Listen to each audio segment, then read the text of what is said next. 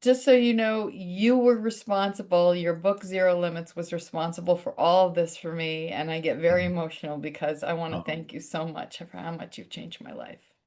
you are welcome, but you're the one who said yes, and you're the one that's taking action. So you'll get the Thank you. applause. All right.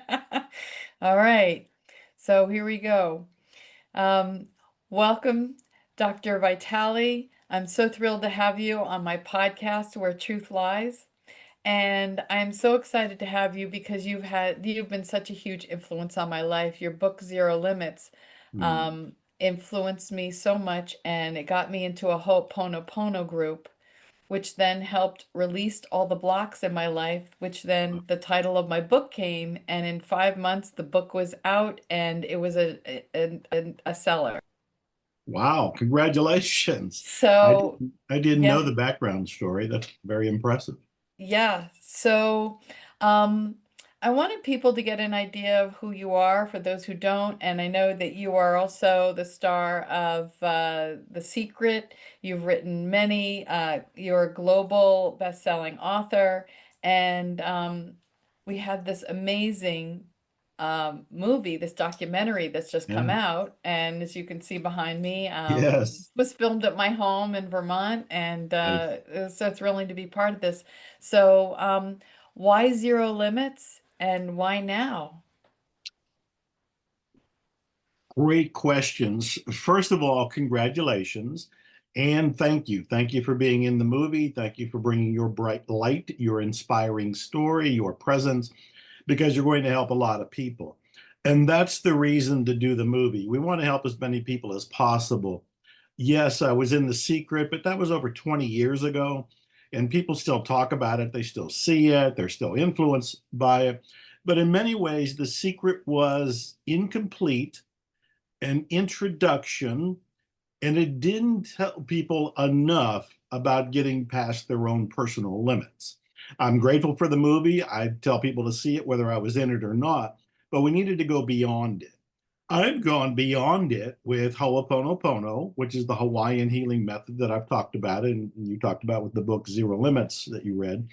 And I wanted the world to know about this. As much as I love books and you love books, not everybody reads books, but virtually everybody watches TV. They watch movies, they watch their computer, they're looking on their iPhone, they're looking on their pads, whatever they might have. So I wanted to create a vehicle to get this inspiring message to the masses to help them get through their struggles. We live in a time, some think it's really horrendous. I have more of a historic view and thinking, oh, we've had far worse times in history. But anytime you have to struggle, it's a struggle. And you're looking for a way to get through it. So I wanted Zero Limits as a movie. I wanted to reach the masses. I wanted to inspire people. I wanted to give them a tool that you and I both know works. Right. And that's the bottom line reason for Zero Limits. Let's help. Yeah, it's an amazing process, and I have to share. I had joined a Ho'oponopono group where it's this beautiful prayer: "I love you. I'm sorry. Please forgive me. Thank you."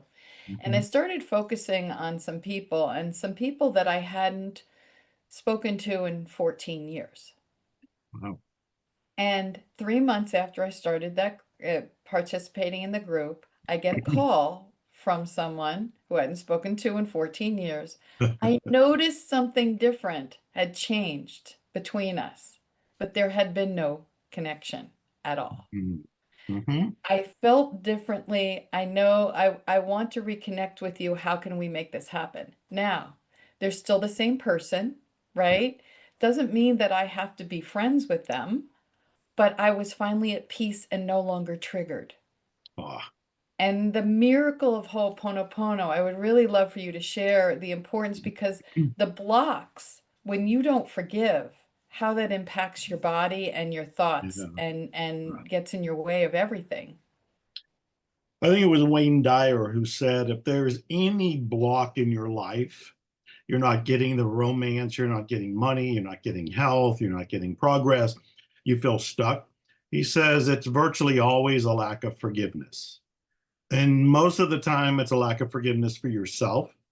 But certainly, we extend that to other people that we hold resentment with. So the first layer of this is it's keeping you from attracting and achieving the very things you want. Your energy is tied up psychically, if you like to put it that way, mentally, emotionally, spiritually, physically, in this lack of letting go.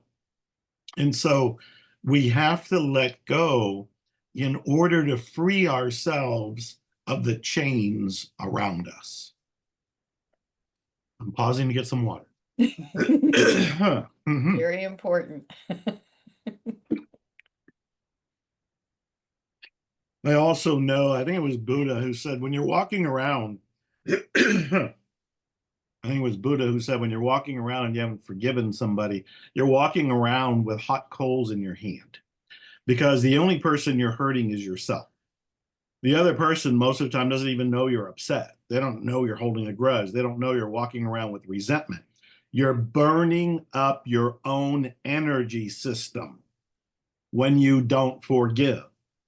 Right. If you don't forgive yourself, you're also presenting a problem in receiving your own good. I had written a book a long time ago called Attract Money Now. And there's 7 steps in there. And the very first one is about being okay with money and being okay with receiving it. And whether you say it's money or health or relationships or a new job or more sales, when we block our own good from coming in, it's often because we don't think we're worthy. And we don't think we're worthy because we haven't forgiven ourselves for some perceived judgment that we've announced on ourselves. We've sentenced ourselves to this layer of unhappiness. And that layer of unhappiness is keeping us from happiness and keeping us from our own good. So there's lots of layers to this, but forgiveness on all levels, we just have to push the button and forgive. It's true. And you I've heard you quoted, this is a belief-driven universe. Yes. Yeah. That is one of my favorite quotes, and that's what I have discovered over time. I was reading books in the 1960s from the public library as a teenager, and one of the most influential back then, and it's still with me today, was a book called The Magic of Believing.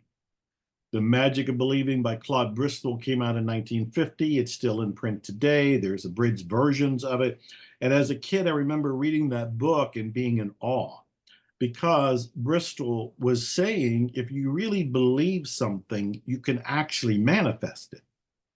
And he had enough stories in there and he narrated it enough that I believed them.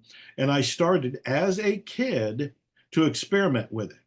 And I found that when I really chose a belief and fueled that with that belief with my visualization, my integrity, my concern, my conviction, it came to pass. Now, over the decades, I'm in my 70s at this point, I've had enough experience to look back and go, whenever you change your belief, you change your reality. You change your perception of reality, but you also change your actions that stem from those perceptions. And then, in an almost magical way, as you've discovered from doing Ho'oponopono and from being in the movie, that when you change your beliefs inside yourself, the outer world reflects those changes. And even people you haven't talked to in 14 years will react differently.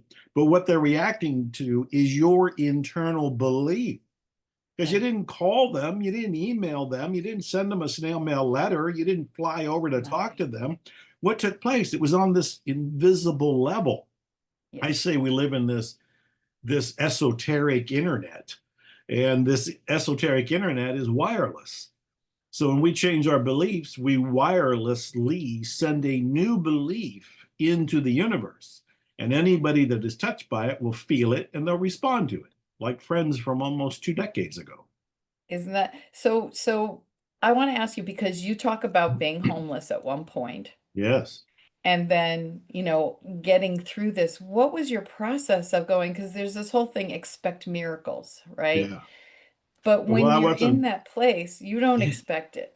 Oh And the no, I wasn't beliefs, expecting miracles back then. no, and the beliefs are unconscious too. There are Oh yeah. conscious beliefs and Yeah. unconscious beliefs. Oh, you're going for the deep dive here Oh because yeah. that is I'm a hypnotherapist, so there you go. yeah, you have to go to the deeper levels to make change. In fact, that's one of the problems that people have. They watch something like the movie The Secret, Right. and The Secret was simply an introduction to an idea. And so it doesn't go deep enough or give people the tools to go deep enough to make any change in any sort of lasting, noticeable way. Right. And so I defend the movie The Secret. I tell people to see The Secret. I would endorse it whether I was in it or not. But at the same time, it's only an introduction to an idea. To Right. make change, you have to, as you're pointing out, go deeper. You have to go into the subconscious slash unconscious mind, look for those limiting beliefs, and then erase them, change them if you can, and create a new reality based on these new beliefs and a new belief system slash mindset. Now, when I was homeless, I didn't know about miracles. I was looking for a hamburger. I was looking for a job. I was looking for a place to live. I wasn't thinking about miracles. I don't think that concept or that word was anywhere in my mind. I would have thought of miracles like Jesus walking on water. And all I wanted was somebody to give me a minimum wage job so that I can survive. Now, how did I get through all of that? Because there's no internet, there's no podcast, there's none of the YouTube videos, there's none of the stuff we take for granted today, the abundance of information. I'm going to the public library because I don't have money to buy actual books. And then I'm reading them. I don't have a coach. The only coaching back then was little league coaching and football coaching. And I couldn't have afforded a personal development coach anyway. So I'm borrowing books, reading books, and trying to apply those books to myself, all as a solitary experience. Very, very difficult to do. And as difficult as I tell people, is because you're playing chess with yourself. You know your own moves. You're working within your own current belief system, trying to change your belief system. And while you're in it, it's not impossible to change it, but it's a lot harder to change It's it. hard. Still, during that time, I am doing my best. And I remember there was one particular wake up call. I kept reading these books like The Magic of Believing and Think and Grow Rich and Psycho-Cybernetics and the classics of literature and doing my best to understand them and doing my best to put them into my life and reflect on them. And I kept coming up to the concept of personal responsibility. Mm. They were repeatedly saying I was the one creating my life. And I'm like, no way, no way, no way would I create homelessness. No way would I create this kind of suffering. No way would I create poverty that lasted 10 years. No way. But I had to play touch and go with that concept and start to take it in and go, okay, if that were true, why would it be true? Why would I do this? And now I'm moving in the direction of unearthing those subconscious beliefs. Because consciously, I would never put myself through that, Right. not consciously. Subconsciously, I was believing some of the greatest authors of all time that I greatly admired were self destructive, miserable, alcoholic, and ended in a couple of cases like Jack London and Ernest Hemingway, suicides. They died by their own Yeah. hand. I was going in that direction because subconsciously I thought I have to have this kind of a life in order to have their level of success. Yeah. That was the operating belief, but I didn't know it till I dug deeper. Then when I got to it and thought, oh my God, that's what's going on, then I got to find authors that are happy and healthy and productive and wealthy and prolific and well loved and all of those things. And when I found those authors and started to go, okay, I'm going to model more of that than Jack London and Ernest Hemingway, then my life started to ease up. Then it started to get better. I started to move in a more positive direction. And again, I didn't have the coaching. I didn't have the personal development tools, much like what you're doing, to help me back then. And it took longer. Today, we can collapse time, we can get transformations in an instant, all because of all the extra tools and because of what we know today. So nobody has to do it alone. But for me, it was a rough little, I rough love long the road. I love the idea where you say collapse time because Yeah. part of what I do is people can also inherit ancestral trauma. That's It's called exactly right. epigenetics. Yep. So I can actually take people back to their ancestor who was the root cause and heal Wow. them and bring it down to heal Mhm. them and then their descendants. So Yes, you, in essence, you're really moving through time you and are. it's at a Yes. quantum level. And when you're talking about money, if you have an ancestor who went through deep poverty, you may be carrying it even though you haven't personally experienced it. Oh, that's a very good observation, and that is very accurate because I don't think any of us, or probably most of the people listening, are not descendants of Buddha, and they're not Right, descendants of great wealth. They probably had ancestors who struggled physically, emotionally, starvation, survival, right, emotion, all of those different things, and it came down the down line. And right, in fact, we've talked about Ho'oponopono and its core to the movie Zero Limits. It was Dr. Hulen, the therapist who taught me Ho'oponopono, and he's briefly in the movie. There's some video footage of yeah, him. He said when we're doing healing, we're healing all the way from the beginning of time. He would say from amoeba all the way. It picked up all of these limitations. It picks up all of this trauma. It comes to us and we inherit it. We download it. We're innocently obtaining this physical body, but we don't know what came in down the road, down the river, so to speak, that we downloaded as we got into this body. So there's work to do, but the work is not necessarily what we did present time. There's also the baggage that came in upon birth that we can right. still unload. It's one of the reasons why I love the Ho'oponopono so much is because you don't necessarily always have to know what the issue is, Exactly. right? Yeah. Because in therapy, if you were going to try and pinpoint where that came from, you might never get there, And right? that is so true. It's deceptive to think we can figure it out because we would end up arguing over what the direct cause is for something we're experiencing today because there's so many variables, there's so many little domino effects that take place in life that we can't precisely go it was this exact moment. And then Right. if you look at current science says we're not even remembering things correct.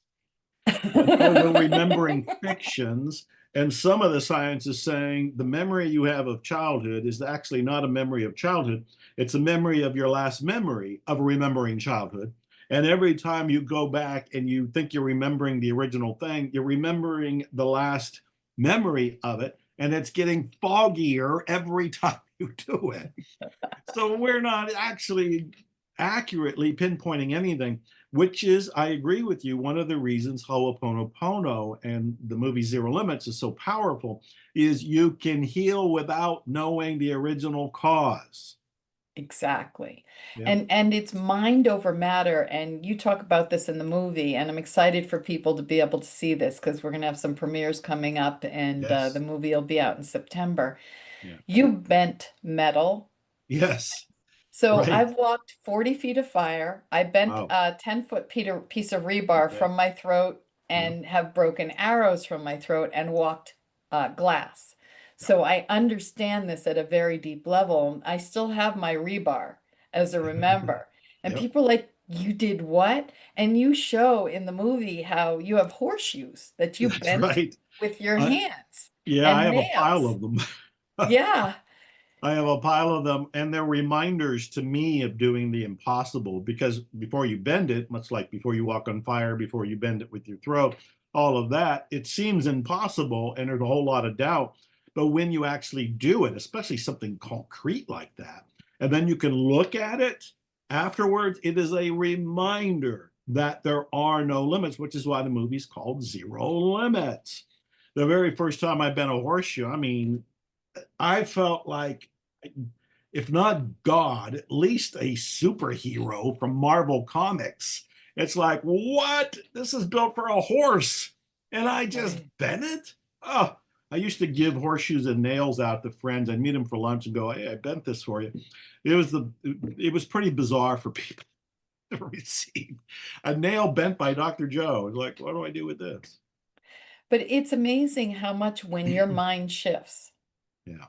what it does. And there are people like there are people who will walk fire and will burn their feet because if their belief system or if they're depressed, they shouldn't walk. Your energy needs to be high and you have to believe at the deepest level. And it's really focusing all your energy on that one thing and believe it at your deepest core. Well, let me tell you something that I don't think I've ever said publicly. I did a fire walk in the 1980s.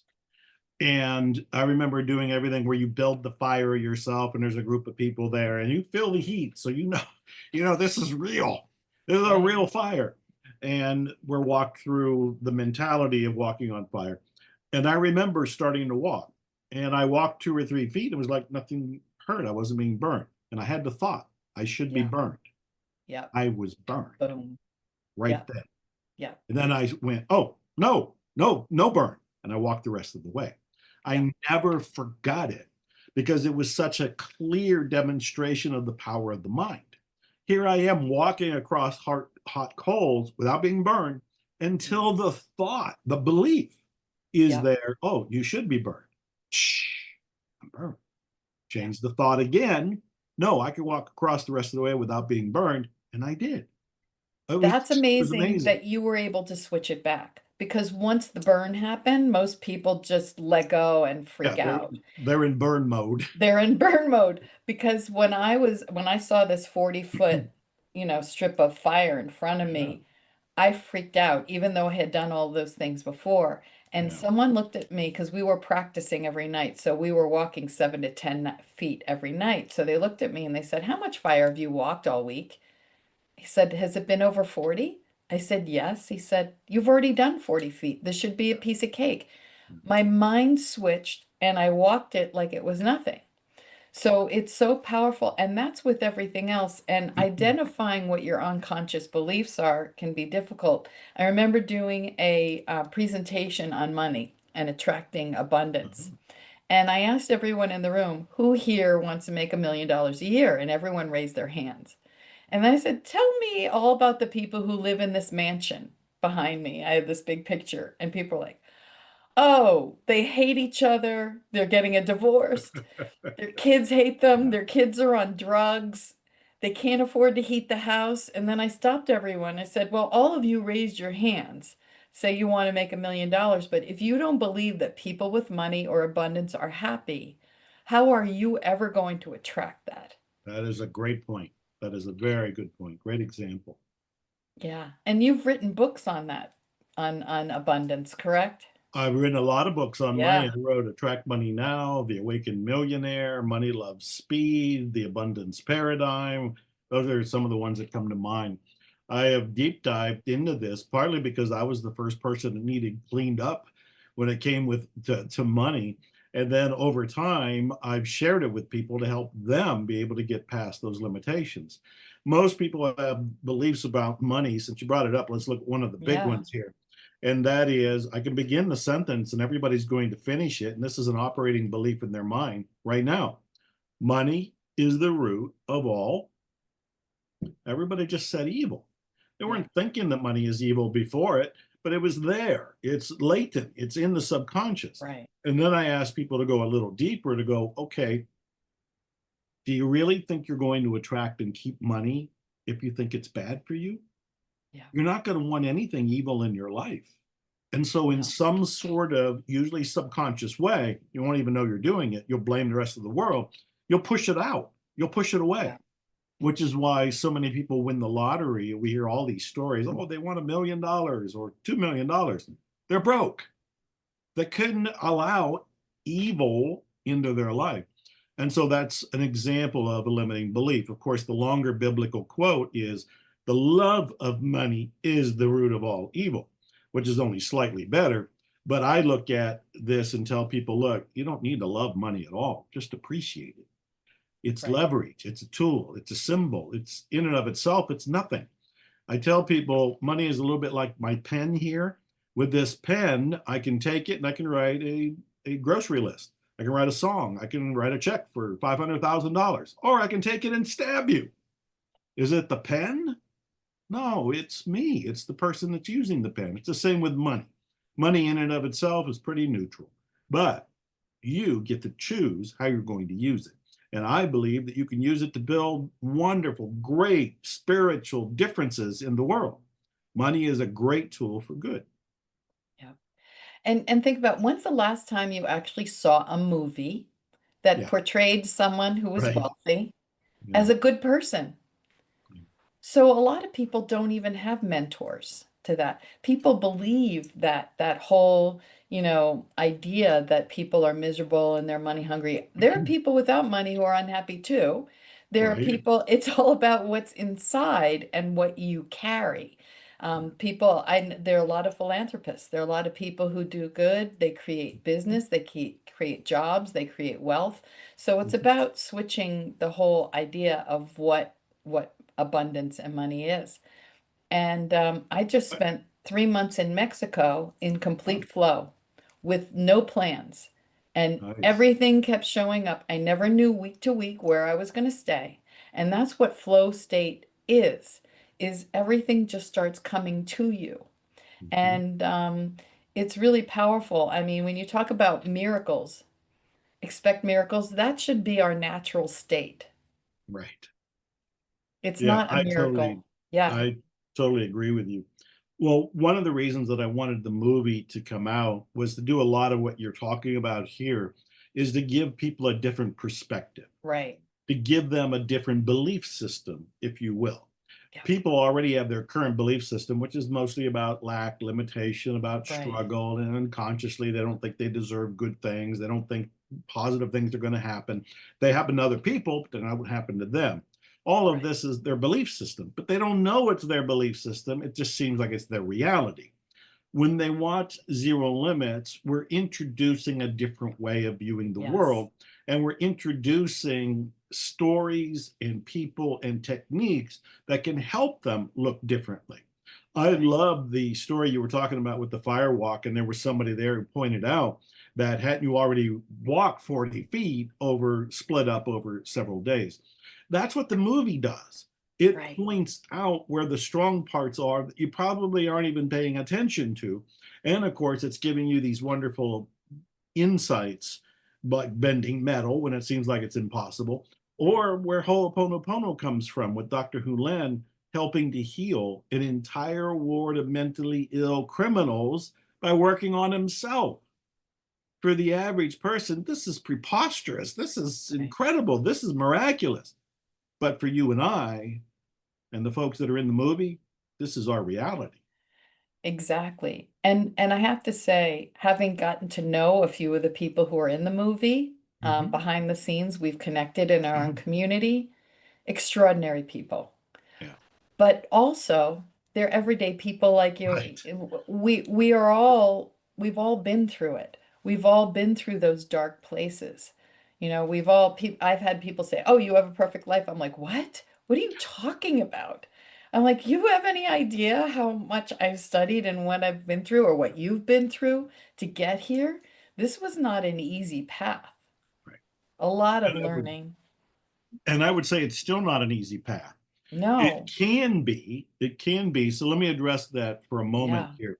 One is people watch the movie The Secret, read the success literature, hear about you and I and other people that are in the movie The Secret, and they think we got it all figured out. They think that there's nothing but unicorns in our life and rainbows every morning and pot of gold at the front porch when we open the door and all of that wonderful Right. stuff. And they don't realize we still have the human experience. We still have struggles. There are days when it rains. There are days when there are black clouds. There are days when there are surprises. As a planet, we just went through the pandemic.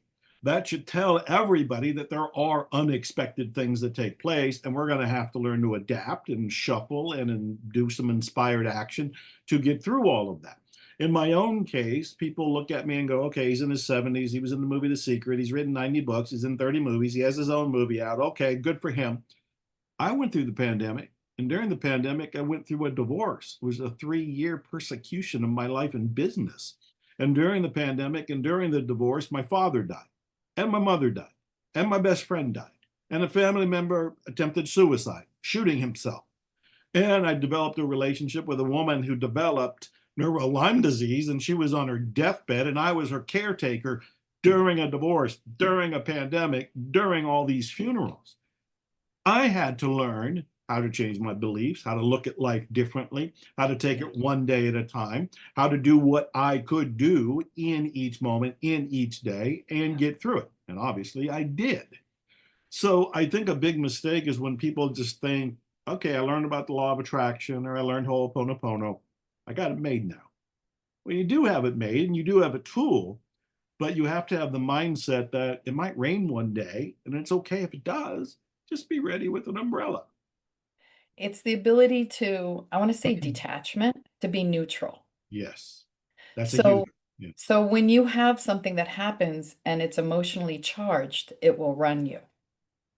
When you pull the emotion out, which is, I think, a huge part of the healing that the Ho'oponopono does, is Mhm. that you now can look at it from a higher perspective. And you Mhm. can look down on it and go, okay, this is not about me. We're going to get through it and everything will be okay. You can't change what happens, but you can change the way you feel about something. And that's exactly right. You can change your story, you can change your perception, you can change your Right. mindset, which ultimately we're saying, bottom line, you can change your beliefs about it. When Exactly. I was going most recently through that divorce and pandemic and deaths and all of that, I was looking for my lifesaver. And one of the things I found was a quote from Seneca, one of the poster boys for Stoicism. And Seneca said, it's all in your mind. You have the power to make things seem. I like the word seem. He consciously chose that word. You have the power to make things seem hard or easy or even amusing. It's all in your mind. Yeah. And I wrestled with it at first because I thought, well, I understand the hard part. That seems to be default for all of us. Something happens and it's like, oh my God, this is hard. But Seneca said you can also look at it as easy. How do you do that? It's the mindset. If you look at it like, okay, I can do this and I can do this today. There was days when I got up and I thought, okay, I have to go to court or I have to do blah, blah, blah. Can I do it? I don't want to do it, but I can do it. One day at a time, it's all fine. So it was becoming easy. And then the third thing was he said, or it could even be amusing. That was a huge one. How do I make this look amusing? And I saw an interview with Jerry Seinfeld, and he had said, when there's a tragedy in the world, the comics have the jokes that night. And he said, but they don't tell them yet because the world's not ready to laugh. Right. But they have it because they saw it as amusing. And that opened up, again, perception, the Wow. belief system in my brain to go, you mean there's a way to look at it as amusing? And that shifted everything for me. And that's what I'm offering to people as a tool. It's like, yeah, we all know that when it rains, it might look like this is hard. Yeah, Right. that's one way to look at it. But it can also be easy. It's another way to look at it. It can even be amusing. Third way to look at it. And you have the choice to make it seem however you like. Beautiful. I love that. That's great advice. And we have a premiere coming up in Yes, June in yes, Sacramento. yes. It's a big deal. A lot of Yeah. news releases are going out right now. In fact, this movie, I'm pretty sure you know this, it's been nominated for 12 awards. It's already won 3 awards. It has not been released to the masses yet. The world premiere, the VIP red carpet news media friendly big deal is June 26th Yeah. in Sacramento, and you have to get tickets because it's standing room only. The theater only has so many seats. Los Angeles Tribune is going to be there covering it. Local media will be there covering it. Independent photographers will be there covering it.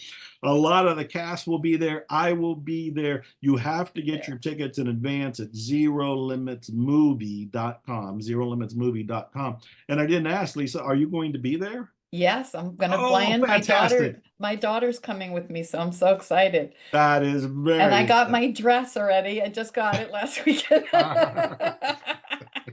Yes, that's what I keep hearing. What do I wear? What That's do an I old wear? thing on the cast. And I live in Vermont in this Yes. beautiful little resort town of Ski Mountain, and I'm doing a premiere Oh, here nice. in on July 18th. So I'm Okay. working that out too. So people who are in Excellent. New England love to have you come up here for the premiere as well.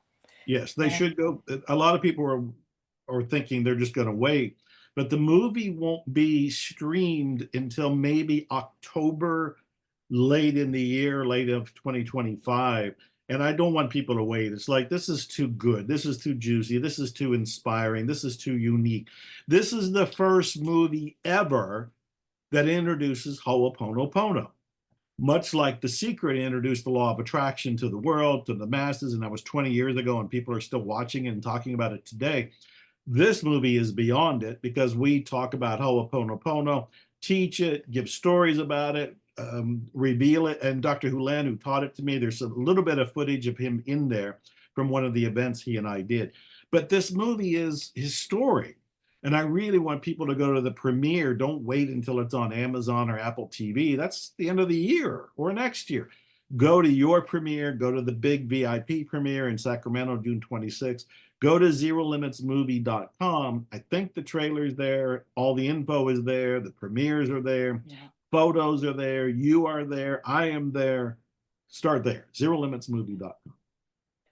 Beautiful. Yeah, I'm excited, and there'll be a lot more premieres. People are working on them. Yes. So keep checking around to see if world. there's one, yeah, around the world. And I'm actually working on one potentially in Mexico. Oh, nice. Yeah. Yeah, I know that they're happening around the world because a lot of the cast are in different places around the world. There's going to be one in London, yeah, probably in the summer. I don't have any dates for any of that. That's why I'd say go to zerolimitsmovie.com. I believe all the dates for premieres are being posted there. Yeah, they're in process. Yeah. So, well, thank you so much. This was such a pleasure and honor, and I loved our conversation. And thank you so much for being my inspiration. And I know that this movie is going to help a lot of people. It's going to be amazing. It's going to help a lot of people.